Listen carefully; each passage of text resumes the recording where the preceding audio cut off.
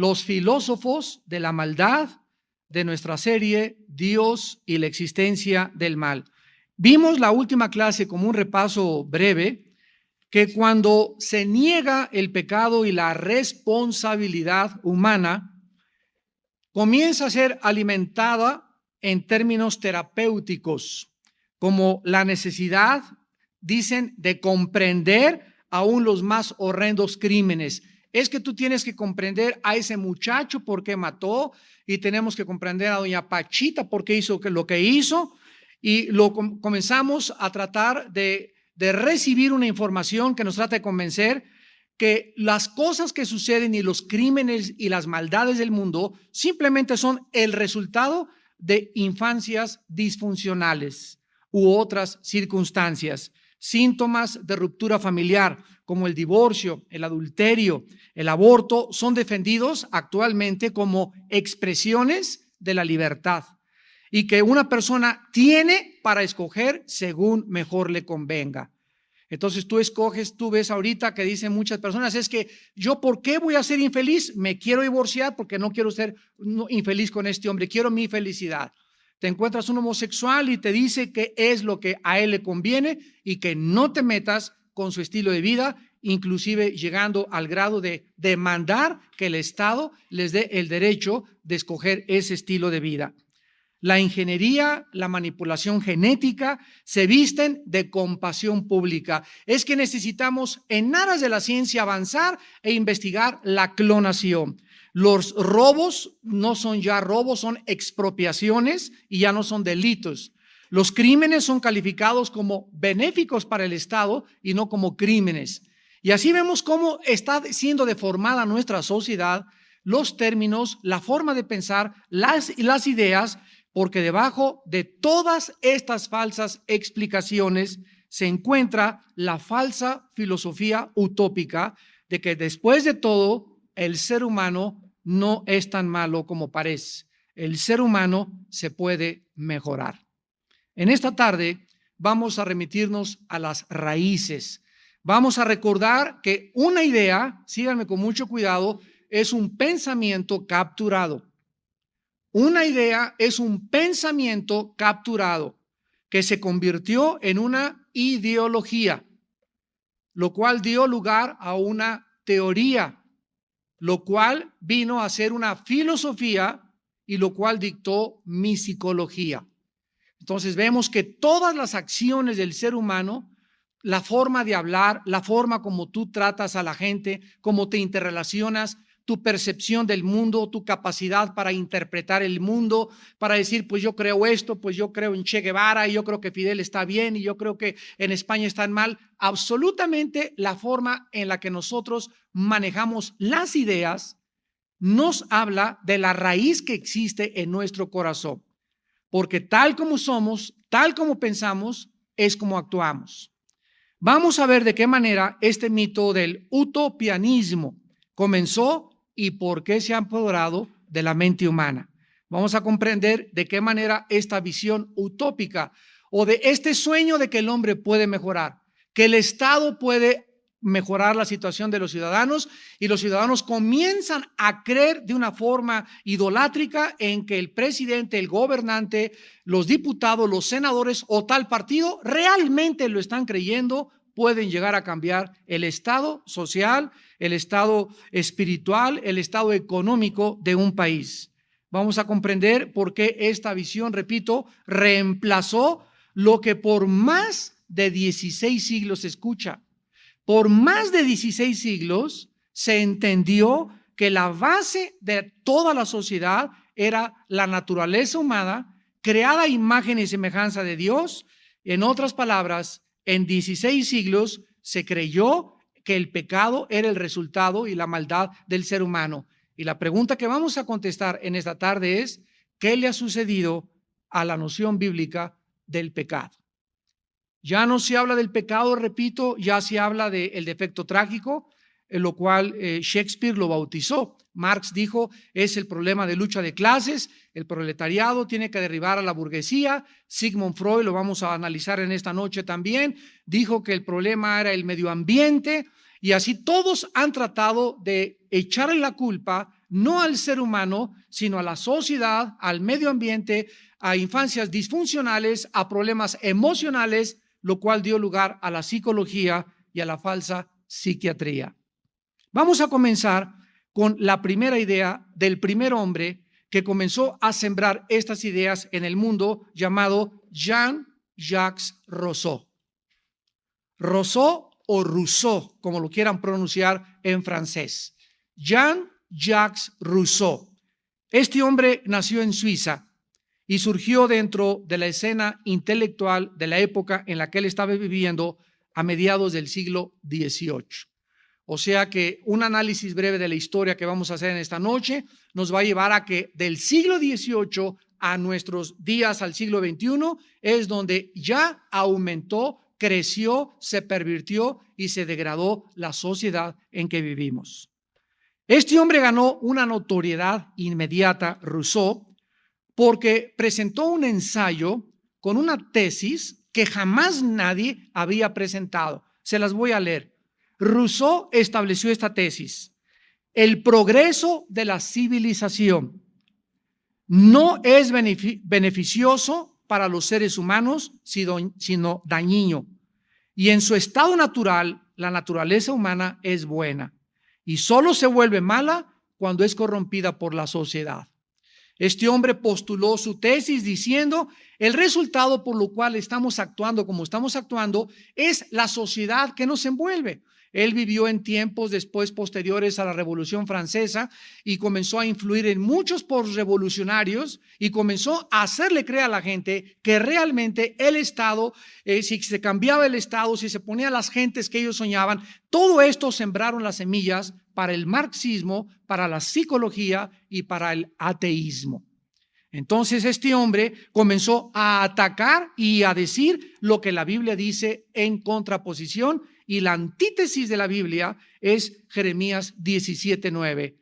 Perverso es el corazón más que todas las cosas, ¿quién le conocerá? Es interesante en esta noche que analicemos estas raíces y a todos estos ideólogos o filósofos de la maldad, que todas las ideas, todas las proposiciones, todas sus tesis, todas absolutamente, sin excepción, atacan a la Biblia. O sea, vemos una guerra, como dijimos la clase pasada, de ideas en el mundo que nos rodea. Y todas las ideas que surgen y que no tienen su origen en la palabra de Dios, nosotros sabemos de dónde provienen, del mismo infierno. Y nosotros tenemos que tener, que dijimos, la intuición, la percepción y el discernimiento para que las ideas que leemos en los libros de Sanborns, en los libros de la Casa de Cristal, en los libros de tu biblioteca, en los ideólogos, en los filósofos, en la escuela, cuando vayas a la universidad, tú estés preparado para poder detectar esa idea, captarla inmediatamente, llevarla cautiva a la obediencia a Cristo Jesús, rechazarla y combatirla. Porque Dios no nos manda a ser cristianos mediocres, de tragarnos solamente las ideas y la ideología, que la evolución y que venimos del chango, que el ateísmo, el escepticismo, el hedonismo, el secularismo, etcétera, etcétera, sino que combatamos estas ideas porque somos la luz del mundo. Y es algo que se ha perdido totalmente en la cristiandad. Ya no hay apologistas, ya no hay guerreros, ya no hay personas que puedan combatir esas ideas a través de la radio, a través de la televisión, a través de escritos, a través de libros, y está el mundo oprimiendo a la iglesia, y la iglesia está dejándose penetrar por toda esta barbaridad de ideologías que van a acabar, como la Biblia lo profetiza, en la apostasía de la mayor parte de la cristiandad. Dice en Proverbios 21:2, todo camino del hombre es recto en su propia opinión. Salomón escribió hace 3000 años que cada persona tiene el mejor concepto de sí mismo. Y a tus ojos tú crees que no estás mal. A tus ojos tú piensas que el homosexualismo es otro estilo de vida. A tus ojos tú piensas que doña Pachita no fue tan mala. A tus ojos y bajo tu concepto piensas que lo que pasa en España, lo que pasa en Irak no debe haber sucedido. A tus ojos.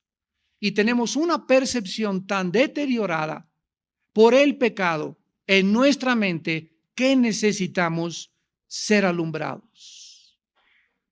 ¿Y quién es la lámpara que ilumina nuestro espíritu, el Espíritu de Dios, el Espíritu Santo.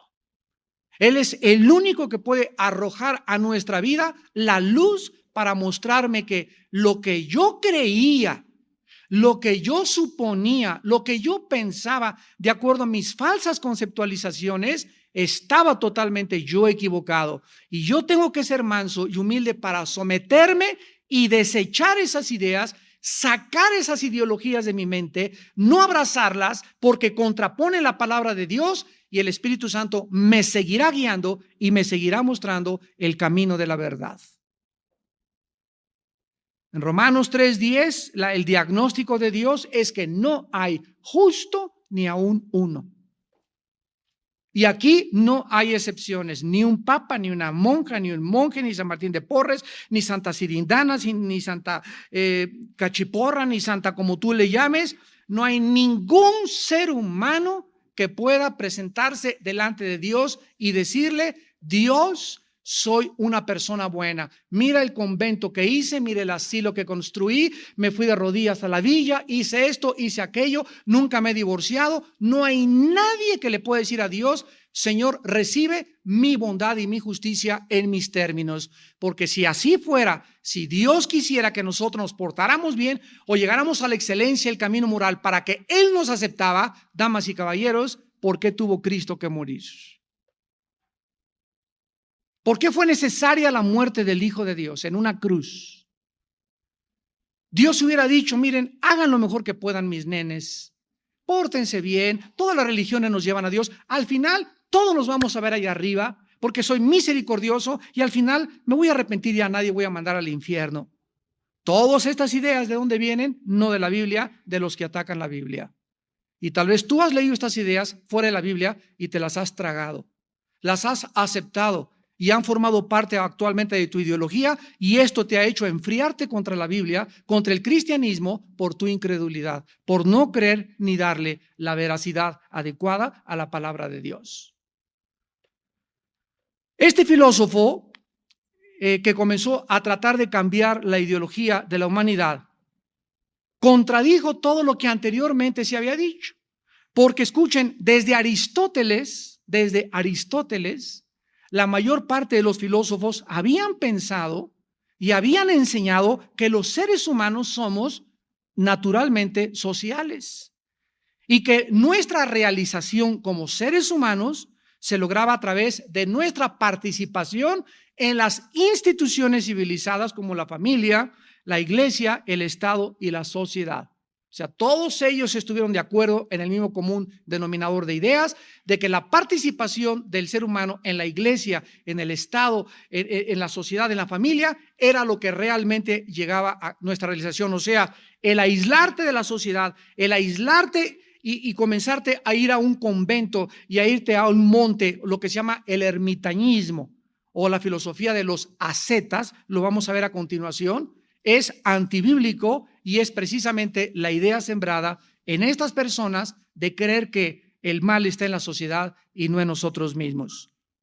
Cuando Roma, aproximadamente en el siglo XVI-XVII, pensó que para servir a Dios necesitaba ser monje o monja y necesitabas recluirte porque la sociedad te contamina y a Dios se le encuentra en un convento lejos del mundanal ruido, comenzó a absorber esta filosofía que se convirtió en el ascetismo moderno, el cual practican los lamas y los budistas. Se rapan, se ponen mantos, hacen votos de pobreza, celibato sacerdotal, no voy a tener sexo porque también el sexo es pecado, no me voy a manchar con el mundo, y es exactamente lo contrario a lo que la Biblia dice. Cristo ordenó: id a todo el mundo y predicar el evangelio. ¿Cómo pueden creer las personas que se creen religiosas que aislándose de la sociedad, de la familia y del Estado van a encontrar a Dios y van a ser más santas que las demás personas? Cuando en ese momento, repito, nos volvemos ascetas, una filosofía que está claramente descrita en Colosenses 2, a continuación la vamos a ver. Pero Rousseau, Jean-Jacques Rousseau, el que estamos hablando, contradijo todo lo que desde Aristóteles había enseñado. y volteó al revés esta nación, porque Rousseau también insistió en lo siguiente. Escribió, cito, la naturaleza humana se manifiesta mejor separada de las instituciones sociales. La gente que es naturalmente amable, amorosa, bondadosa, virtuosa y falta de egoísmo, pero la sociedad que le rodea con todas sus demandas, estoy leyendo a Rousseau, lujos, vicios y convencionalismos y competitividad le vuelven malo e hipócrita. Comenzó a enseñar y a postular de que la sociedad es la culpable de nuestra hipocresía, de nuestros vicios, de nuestros lujos, porque si la sociedad no se hubiera modernizado, el ser humano sería un ser humano absolutamente normal. Rousseau no leyó la historia de Caín. Caín no tenía ni fax, ni computadora, ni aire acondicionado, ni ninguna cosa, era una persona aislada y asesinó a su hermano. Y dice la Biblia en 1 Juan 3, ¿por qué le asesinó? Por envidia. Entonces, desconocer las pasiones desordenadas humanas que la Biblia menciona como pecados es desconocer la conducta del ser humano. O sea que el medio ambiente, para concluir, de acuerdo a Rousseau, es el culpable de la maldad. Esto es el ascetismo, y de ahí que comenzaron a recluirse y a aislarse de la sociedad. Veamos en el libro de Colosenses cómo el apóstol Pablo combatió esta filosofía asceta. Y la idea surgió, repito, de Rousseau. Dice en Colosenses 2, versículo 20 al 23, pues si habéis muerto con Cristo en cuanto a los rudimentos del mundo, ¿por qué como si vivieseis en el mundo os sometéis a preceptos, ideas, tales como no manejes, no gustes, ni aun toques, en conformidad a mandamientos y doctrinas de hombres, cosas que todas se destruyen con el uso? Tales cosas tienen a la verdad cierta reputación de sabiduría, en culto voluntario, en humildad y en duro trato del cuerpo, pero no tienen valor alguno contra los apetitos de la carne. O sea, Pablo está diciendo que cualquier persona que diga, yo ya no voy a tocar a ninguna mujer, voy a ser el Inmaculado Concepción, yo me voy a aislar de toda la sociedad, Señor, te consagro mi vida y me voy a poner una cosa así de monje o de monja, me voy a poner un rosario aquí colgando, voy a dar golpes de pecho, acostarme en una cama de nopales todas las noches, etcétera, etcétera. Todo esto tiene cierta reputación a las personas que no conocen, y así es el retrato de los santos. Y por eso todas las fotografías de los santos, fuera del cristianismo, todos tienen cara así. Todas las vírgenes, todos, ve la cara que transmiten, ¿verdad? Y ves que tienen cara que no rompen un plato. Mustios. Pero ¿de dónde viene este trasfondo de que, escúchenme, todo esto ha entrado a la iglesia cristiana? Y encuéntrese a los hermanos. ¿Cómo está, hermanito? Muy bien, para la gloria de Dios, hermano. A su santo nombre, aleluya. Cálmate, San Cirindano. Y ha entrado a la iglesia cristiana el concepto que el cristiano tiene que andar así, y las hermanas, nada de pintura, pone hasta con velo fuera de la iglesia, el vestido hasta los tobillos, parecen musulmanas.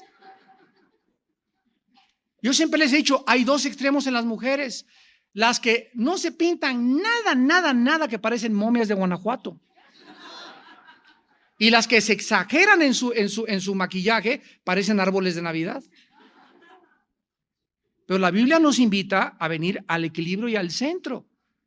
La Biblia recomienda, ¿verdad?, que la mujer no use exceso de maquillaje, ni un peinado así morado con verde, ni por aquí, por allá, con castañuelas por todos colgando y tintinando, ¿verdad? Y que atraiga demasiado exageradamente a su persona, al vestido que trae, pero que se arregle, que se ponga maquillaje, que se arregle el pelo, que haga ejercicio, que se mantenga linda para su esposo, etcétera, etcétera. Y no.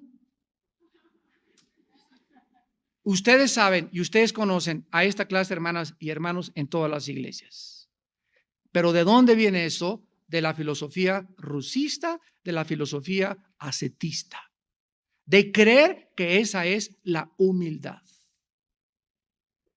Yo recuerdo todavía hace 30, 40 años, para no ir tan lejos, conozco pastores de Argentina, amigos míos, que me han dicho: Armando, en Argentina nos enseñaron a que el pastor no podía tener una camisa limpia, arrow, una buena corbata, para ser humilde tenía que tener el cuello roto, andar de guaraches, y la iglesia podía vivir el ingeniero con una casa, por allá también el otro, pero el pastor tenía que vivir en una covacha, en un petate, y tenía que hacer votos de pobreza. Esos pastores me han dicho en Argentina: mis padres, eso me enseñaron a mí.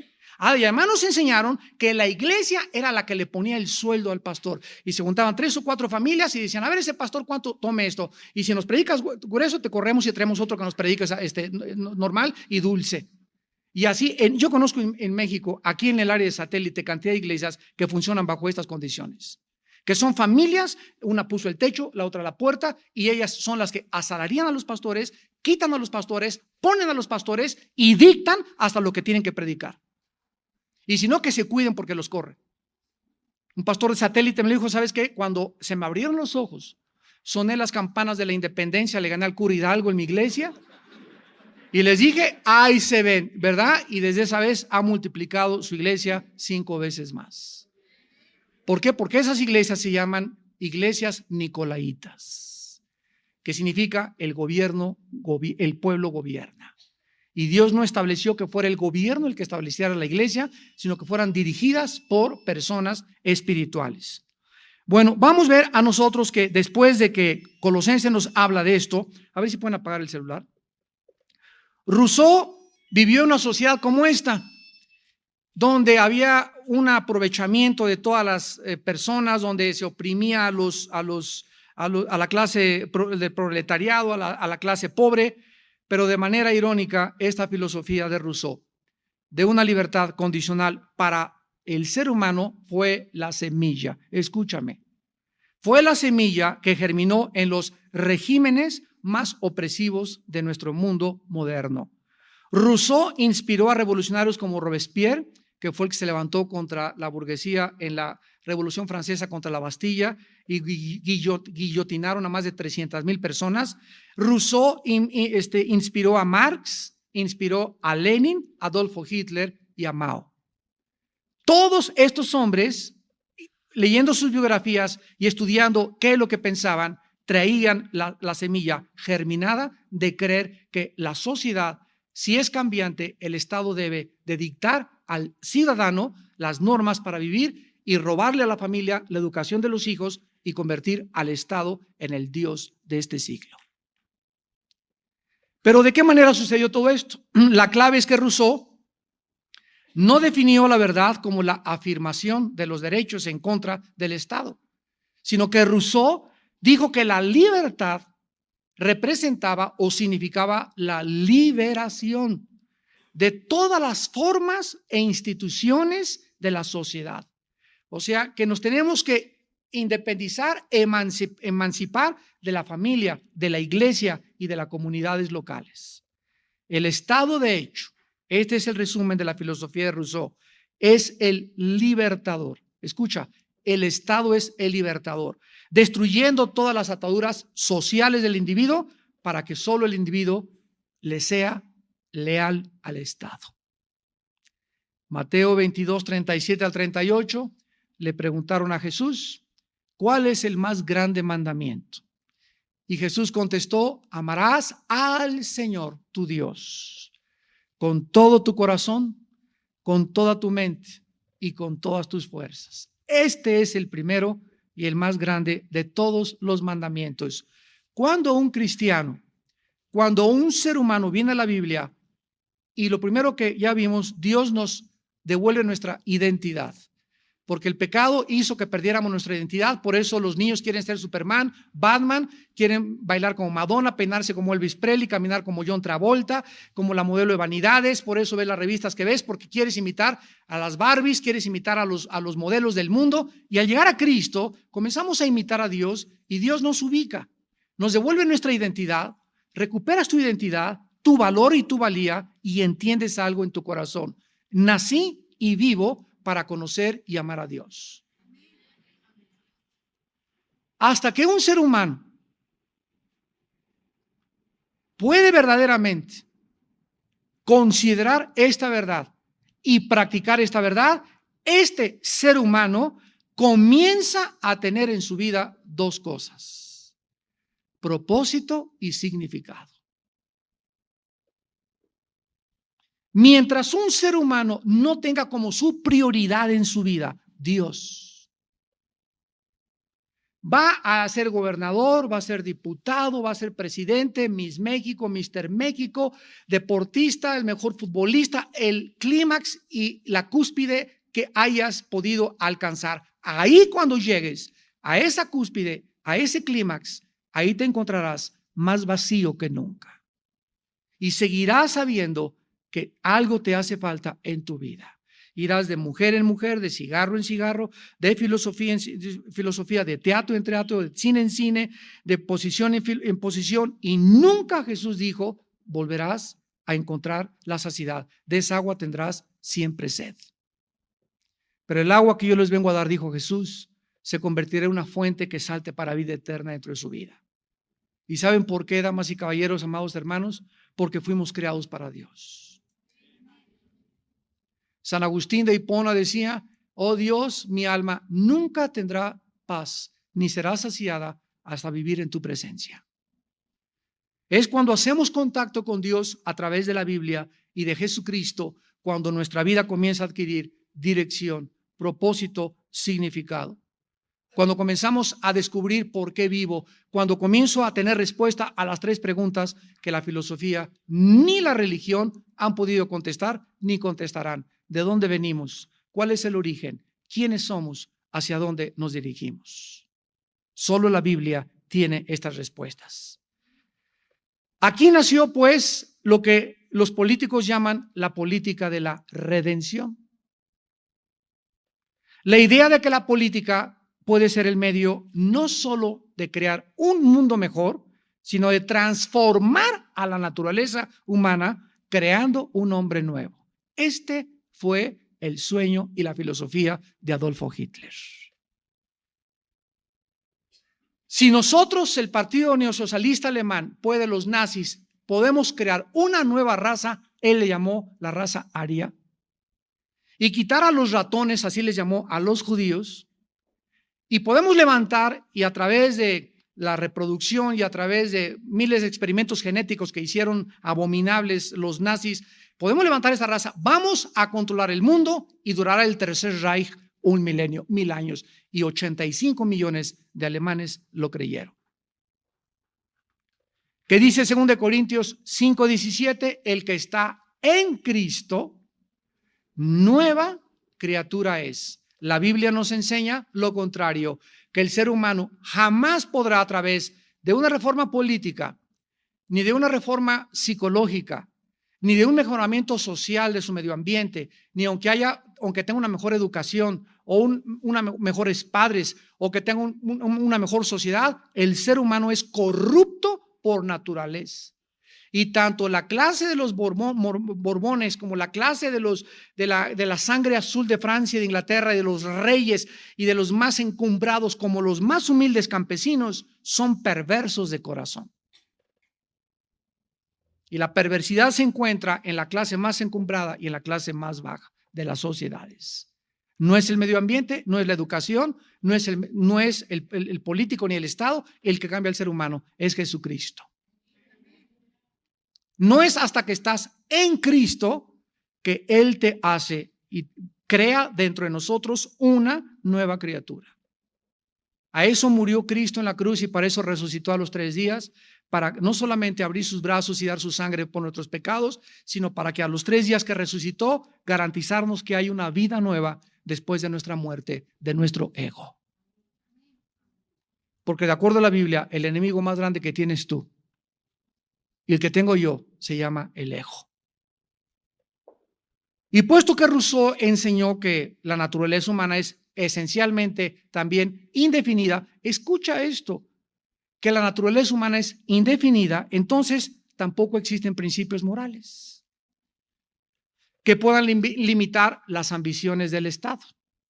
Si no existe tal cosa como la naturaleza humana, entonces no hay justificación, ¿verdad? Ni nadie puede detenerme para decir que debemos de tratar de tal manera o de aquella manera a las personas. Esta fue la mentalidad de los nazis. Cuando en el juicio de Nuremberg, en 1945, a finales del 46, en Nuremberg, Alemania, se reunieron un consejo internacional de juristas para tratar a los sobrevivientes de los generales nazis a Hitler. Los generales nazis se levantaron y justificaron su actitud y dijeron ante el juicio de Nuremberg, es que recibimos órdenes del partido de hacer lo que hicimos. Himmler, el mayor asesino de Hitler, que fue el que encabezó la Gestapo, dijo esto: yo no tengo absolutamente ninguna cosa que discutir con ustedes. Si ustedes creen que es malo, para nosotros era bueno. Esto era para nosotros nuestra filosofía, para ustedes en Occidente era malo. No me pueden juzgar de acuerdo a lo que ustedes creen, porque para nosotros es el relativismo. Si me has seguido con cuidado, podemos llegar a una conclusión. Si no tuviéramos una norma absoluta, que es la Biblia, todos pensaríamos de la misma forma. ¿Por qué te metes conmigo si para mí es bueno, para ti es malo? Una vez el presidente Reagan llegó a un aeropuerto en Los Ángeles y se acercaron los periodistas y le preguntaron, señor Reagan, ¿usted qué piensa de los homosexuales? Y él contestó, dijo, pues que es una cosa muy fea y es una forma muy mala de invertir la naturaleza humana. Y el periodista le contestó, bueno, esa es su opinión de usted, pero no es la opinión de ellos. Para ellos es bueno y para usted es malo. Y Reagan volvió otra vez y contestó y les dijo, es que no importa lo que ellos piensen ni lo que yo piense, sino lo que la Biblia dice del homosexualismo. En España tú vas y te metes a una discoteca y puedes fumar marihuana dentro de la discoteca o del café mientras no te salgas a la calle. Para ellos está legalizado dentro de las discotecas. En México todavía no. ¿Quién tiene la razón? El movimiento talibán en Afganistán a las mujeres les prohibió trabajar, les prohibió inmiscuirse en la política, en las escuelas, no podían salir a la calle si no estaban totalmente tapadas, y a la mujer que agarraban violando la ley de los talibanes, la metían como este estadio que está aquí atrás, como una plaza de toros, y enfrente de todos le cortaban las manos o la fusilaban enfrente de la gente. En Irán, actualmente, una mujer que se levante el velo, le cortan con una navaja Gillette 5 veces los labios. Y ellos dicen que para ellos eso es una costumbre, es su cultura, que nadie se meta con ellos. Si no tuviéramos una norma, si no hubiera absolutos. ¿Qué significa absolutos? Algo que no está sujeto a cambio. Algo que permanece inmutable, inconmovible. Si no hubiera verdades absolutas, viviríamos todos en un relativismo donde sería una anarquía total. Cada quien haga lo que mejor piense. Y esto es lo que describe el libro de los Jueces en el Antiguo Testamento en la Biblia. Así acaba el libro de los Jueces. Cada quien hacía lo que mejor le parecía ante sus ojos. Esto es anarquía. En la práctica, este programa utópico de que el hombre puede mejorar y el Estado puede cambiar la situación, de construir una sociedad perfecta, siempre, siempre, siempre significará la muerte de los que se resistan. Todos los estados totalitarios y todas las dictaduras han usado el mismo concepto. Todos los que se resistan, ¿verdad? O aquellos que están en contra de las ideas del gobierno, al paredón. Lo vemos en Cuba, lo vemos en Libia, lo vemos en Irak, lo vemos con los palestinos, lo vemos en Irán. Cuando el gobierno o esta clase de individuos se apoderan de una nación y quieren institucionalizar y quieren verdaderamente ellos creer que ellos van a cambiar la sociedad y a través de nuestra filosofía, Irán va a ser mejor, Cuba va a ser mejor, el que no esté de acuerdo a la cárcel. Y es lo que se llama la purga. José Stalin mató a más de 50 millones de personas porque no estaban de acuerdo con su política en Rusia. Este fue el fracaso de Carlos Marx. Seguimos con Marx. Marx fue un judío que percibió una sociedad utópica también, perfecta, ¿a través de qué? Del derrocamiento de la clase burguesa mediante el triunfo del proletariado. Marx también negó el principio bíblico del origen del pecado. Marx dijo que la corrupción del ser humano no provenía de dentro de él, sino de la sociedad. Y enseñó que, fíjate, voy a citar a Marx, la religión y la moral no son más que ideologías usadas para racionalizar los intereses económicos de una clase social sobre la otra. O sea que no hay absolutamente ningún problema en el ser humano más que la economía que rodea al ser humano. No es de extrañar, pues, que todos los estados totalitarios creados por el marxismo nunca reconocieron ningún principio moral universal, ninguna justicia trascendente y ningún límite moral en sus asesinatos brutales y sanguinarios. Fue el marxismo el que cambió. Crimen, no, aquí no matamos, aquí eliminamos por causa del Estado. No, aquí nadie está robando, estamos expropiando. ¿Se dan cuenta cómo al cambiar la terminología del pecado se suaviza, se endulza y la gente se lo traga?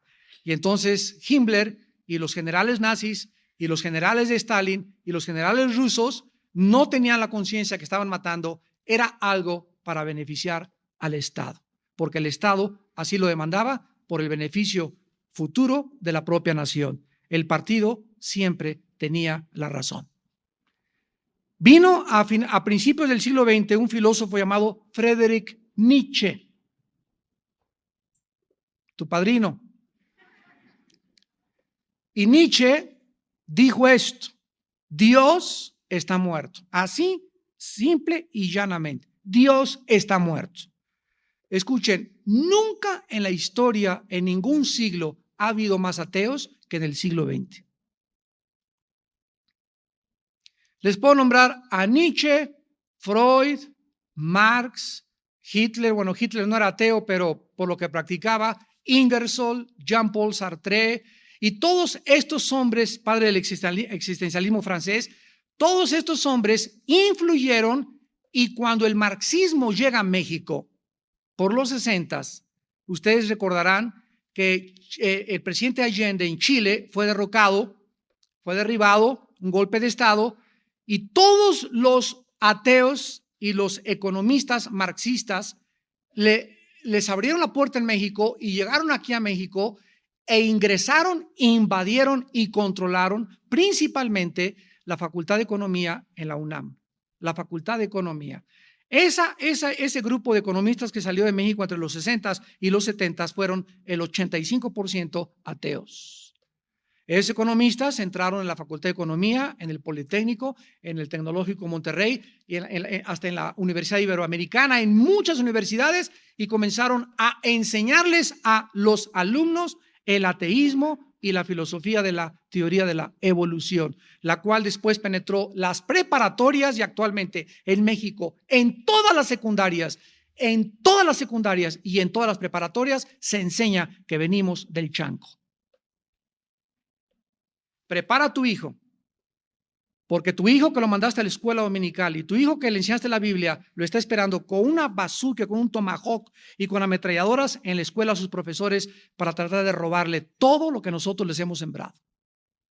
Y si tu hijo entra a la secundaria, sin bases, sin conocimiento, sin una intimidad con Dios, sin una verdadera profesión de fe en Jesucristo, tu hijo se va a convertir en un apóstata y va a abandonar la fe.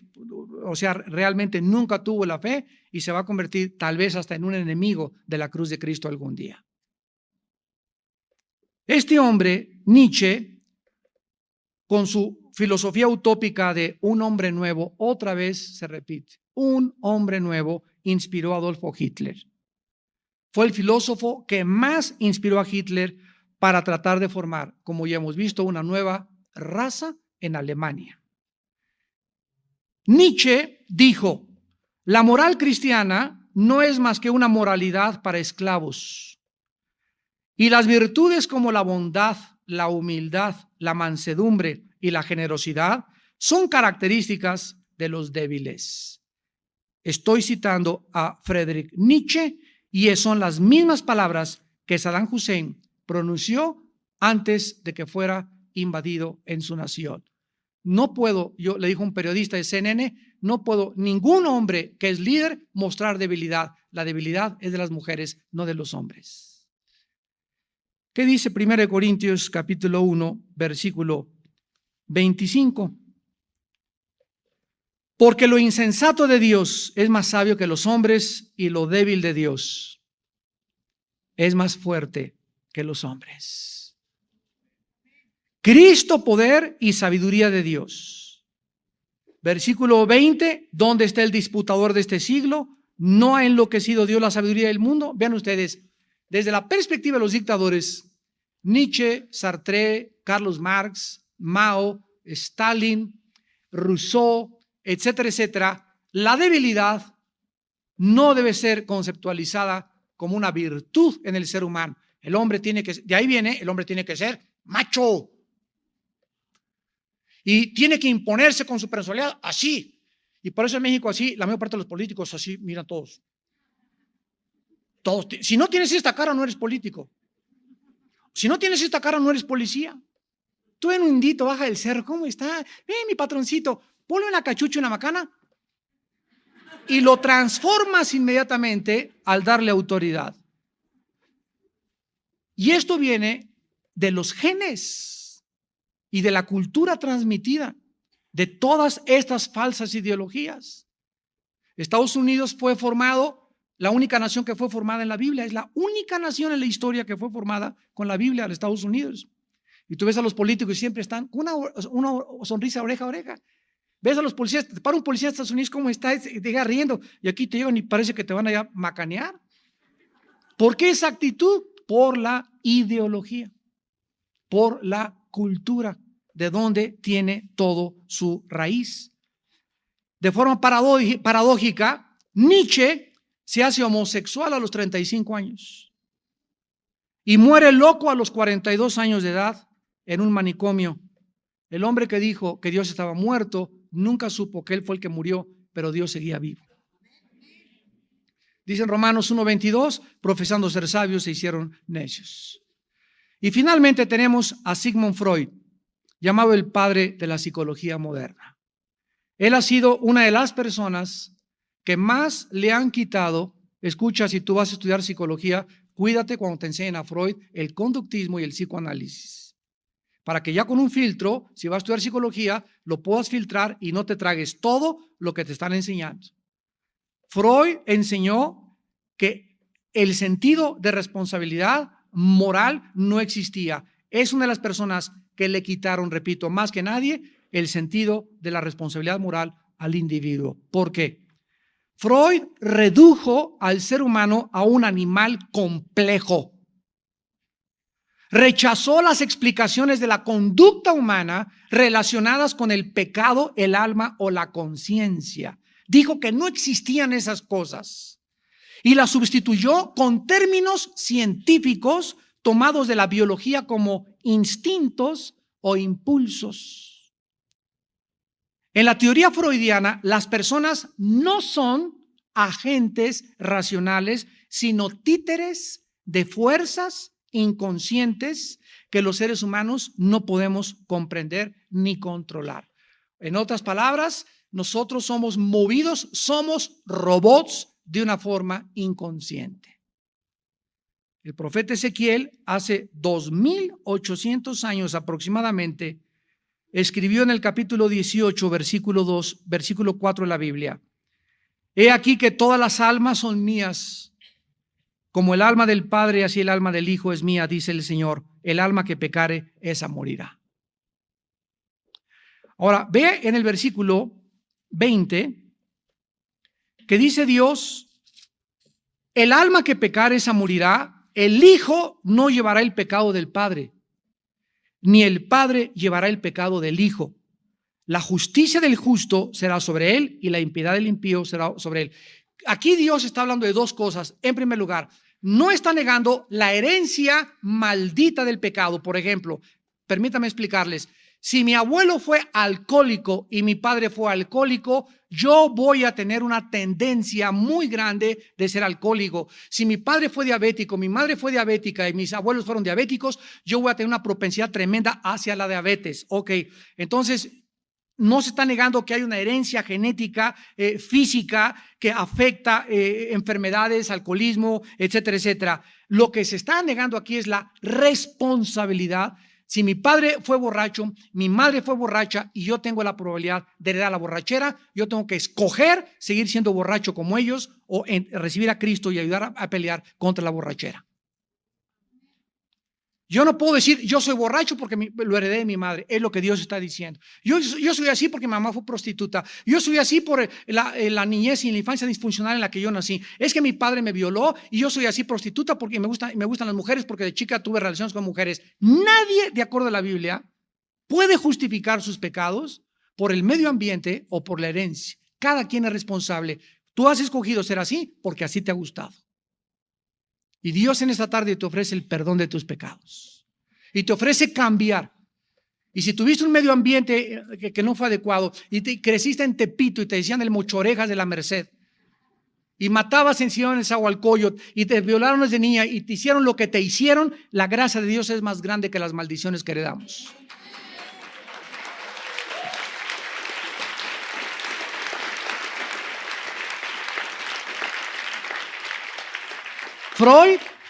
Freud era un creyente absoluto de la teoría darwiniana de la evolución y propuso además un plan evolucionario, Freud, en el cual fíjate lo que dijo Freud, nuestros impulsos primitivos, que le llamó el id de Daniel, así le llamó a los impulsos primitivos, pertenecen a la parte más antigua de nuestro cerebro.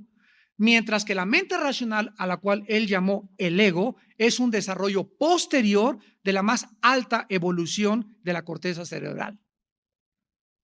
O sea que el ser humano tiene en la mente inconsciente algo que desciende de los animales, por lo cual el ser humano se comporta como animal muchas veces. No es responsable de sus acciones y él no tiene la culpa de haber heredado eso genéticamente. Así que lo que la sociedad, de acuerdo a Freud, califica como malo, no es realmente malo, simplemente es el reflejo animal de la parte más antigua del cerebro.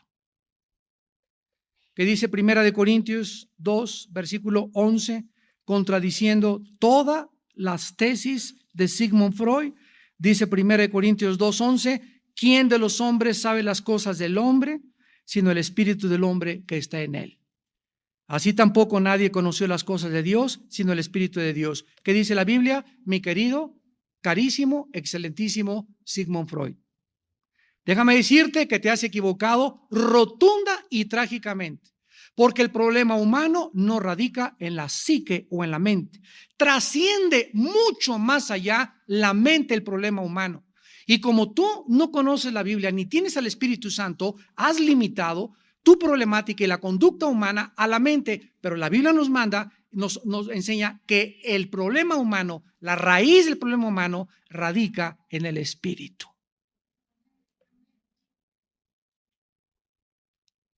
La enfermedad del ser humano está en su espíritu muerto hacia Dios. Ese es el diagnóstico de Dios. Pero los hombres, como no conocen la mente de Dios, pues es esto, es aquello, es el Estado, vamos a cambiar esto, es la sociedad.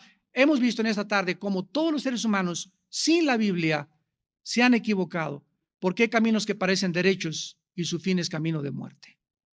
La Biblia nos muestra que nosotros debemos de regresar totalmente a los principios y a los fundamentos de la palabra de Dios. Porque si no tenemos una luz que es la Biblia, toda la luz que te pueda dar el mundo son tinieblas. Todos estos fueron hombres comunes y corrientes, pero Jesús dijo, yo he venido de arriba. El que es de la tierra, cosas terrenales habla, el que viene del cielo, cosas celestiales habla. Y los seres humanos tenemos la propensidad a creerle más a los seres humanos que el único ser humano en la historia que ha venido del cielo y que nos ha dicho: yo soy el camino, la verdad y la vida. ¿Por qué esta tendencia de creer más fácilmente la mentira?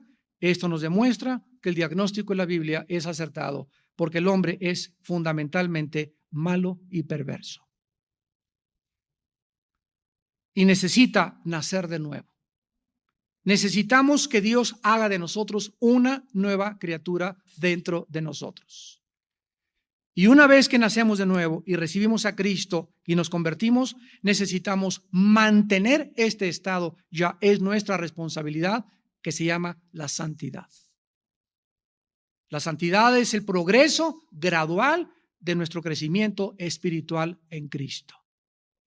Y muchos santos que en esta mañana, en tarde me escuchan, muchos cristianos que ya tienen años en la iglesia cristiana, ¿por qué actúan como actúan? ¿Por qué siguen pensando como siguen pensando? ¿Por qué se siguen tragando? ¿Por qué tienen tantas dudas? Porque no han renovado su manera de pensar. Romanos 12:2.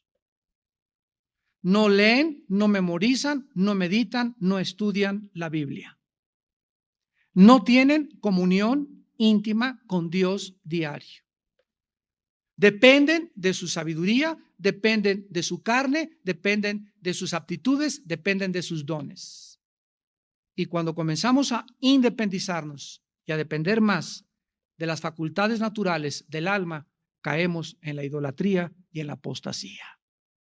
Y sin que te des cuenta, comienzas a abandonar poco a poco el camino de Dios. Tenemos la palabra profética más segura, a la cual haríamos bien en estar atentos. Como una antorcha que alumbra en lugar oscuro, hasta que el lucero de la mañana salga en nuestros corazones. Oremos. Señor, te damos gracias por habernos dejado tu Espíritu Santo. Jesús prometió antes de partir al cielo que no nos dejaría huérfanos, que si Él se iba de este mundo, se iba a preparar un lugar para nosotros, para que donde Él estuviera, nosotros algún día también podamos estar. Padre, te damos gracias porque en Cristo estamos completos. Hemos sido bendecidos con toda bendición espiritual en los lugares celestiales en Cristo.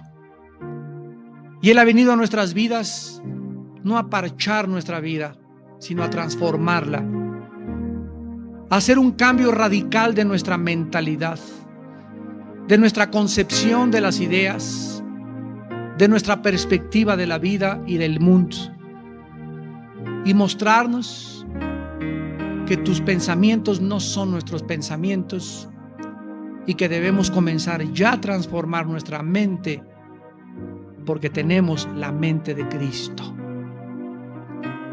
Oh Dios, ayúdanos, Señor, a mantenernos firmes contra todas las acechanzas del enemigo.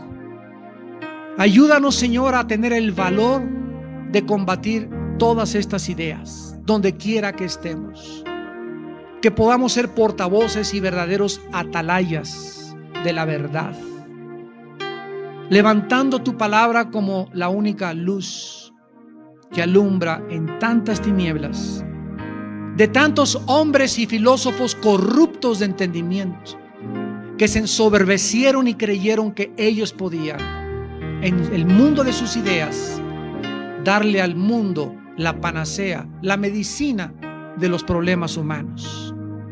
Cuando la Biblia nos dice que la única medicina para el ser humano es la sangre de Jesucristo. En esta noche te invito a que vengas a la cruz de Cristo, a que te arrepientas de tus pecados. Arrepentirse significa cambiar de manera de pensar. Esto significa arrepentirse, cambiar tu mente. Reconocer que en tu mente estabas equivocado, equivocada en la forma de vida que llevas, en tus decisiones, en lo que has escogido para vivir. Reconoce que has pecado. Cree en Cristo como el Salvador e invítala a tu corazón en este instante. Ahí desde tu lugar, dile estas palabras a Dios. Señor, en esta noche he pecado contra ti. Reconozco mi pecado y me arrepiento. Mis ideas han estado confundidas totalmente por no conocer la Biblia. Ahora que ya no soy ignorante de tu verdad, te pido perdón, porque creo que tu Hijo Jesús murió en mi lugar en una cruz. Dio su sangre por mis pecados y a los 3 días resucitó de entre los muertos. Señor Jesucristo, Hijo del Dios viviente, te invito en este instante a que entres a mi corazón. Te recibo como mi Dios y mi Salvador. Te pido perdón y te pido que me laves con tu sangre preciosa para tu gloria eterna. Bendito Jesús. Amén.